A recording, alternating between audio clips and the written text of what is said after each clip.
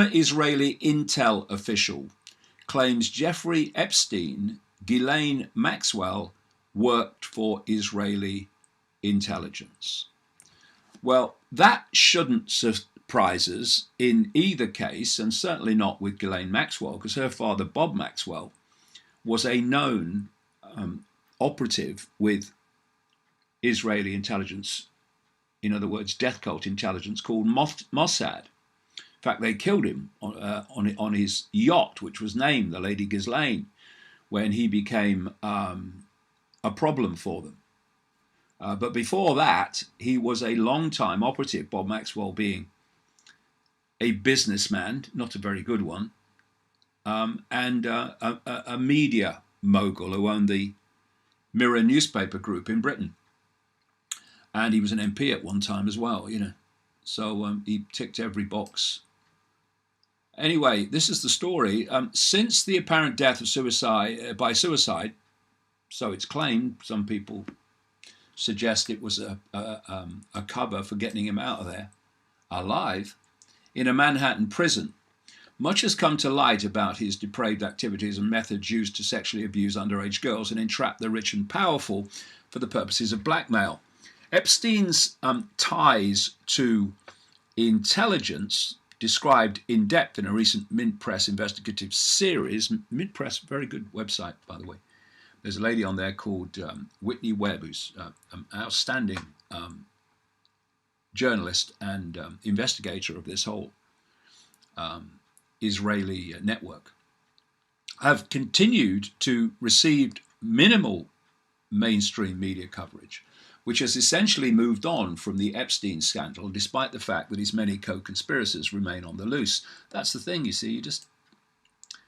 You just take it out the headlines, and then people's attention goes somewhere else. It's constantly the technique they use.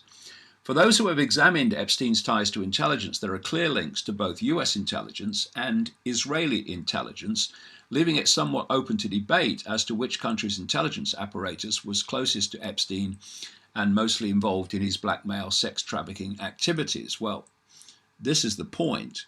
This death cult that I expose at length in The Trigger controls Israeli intelligence, and it controls American intelligence through these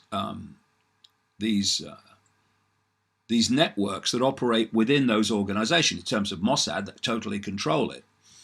And so when you say, you know, it's difficult to see which was most involved with Epstein, the CIA or Mossad, well, I would say big time it was Mossad, because that's where the death cult is overwhelmingly orchestrated from globally, out of Israel.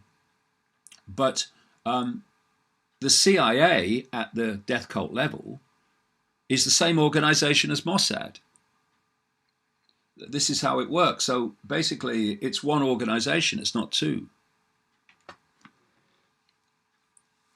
Anyway, a recent interview given by a former high-ranking official in Israeli military intelligence has claimed that Epstein's sexual blackmail enterprise was an Israeli intelligence operation. Remember, this is a former high-ranking official in Israeli military intelligence, saying it was a blackmail enterprise and was a Israel intelligence operation run for the purpose of entrapping powerful individuals and politicians in the United States and abroad.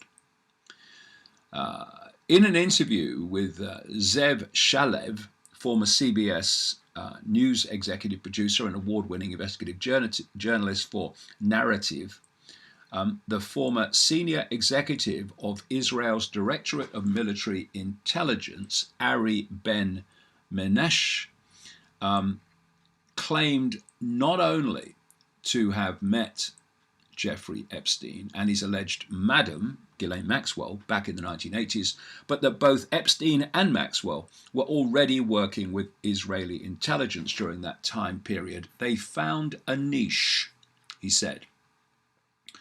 In the interview, this Israeli intelligence operative, who was involved in the Iran Contra arms deal operation, told his interviewer that he had been introduced to Jeffrey Epstein by Robert Maxwell. Well, that makes absolute sense for reasons I've said.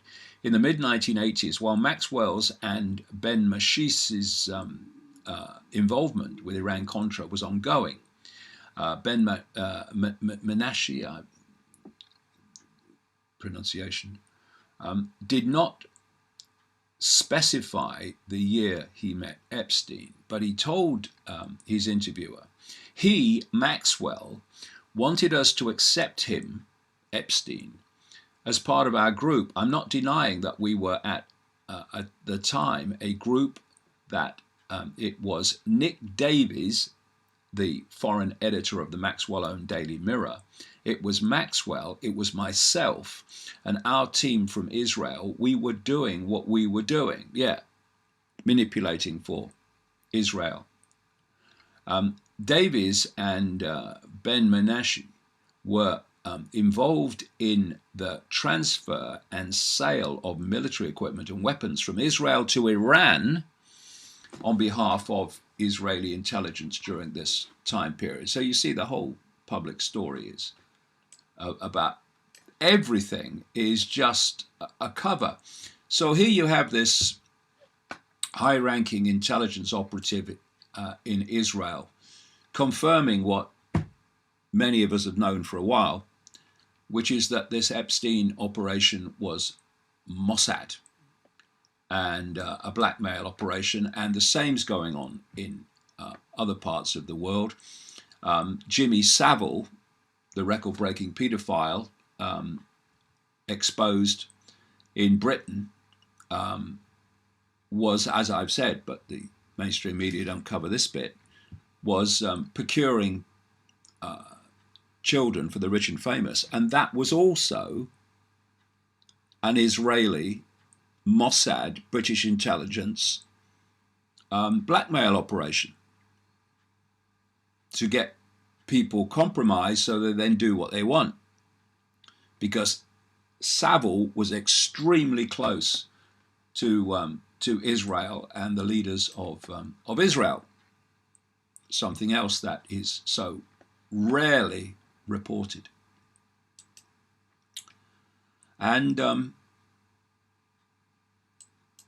here we have another story this week relating to the same subject, which is revealed ex-cop who MI6 fears has leaked files on Prince Andrew's friendship with Jeffrey Epstein to Russia, breaks silence to say he's got hours of footage taken from inside pedophile's Florida mansion. John Mark Duggan has secret files on Prince Andrew's friendship with the billionaire pedophile Jeffrey Epstein.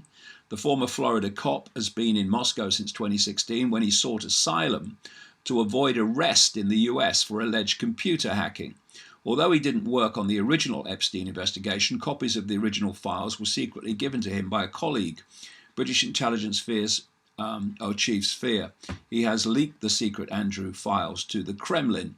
But Duggan told the Mail Online that he has the files encrypted around the world with associates and hasn't given them to Russia. Of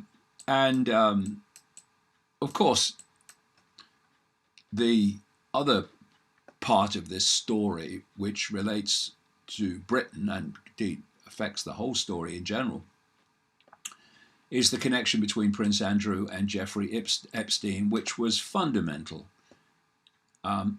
Extremely close.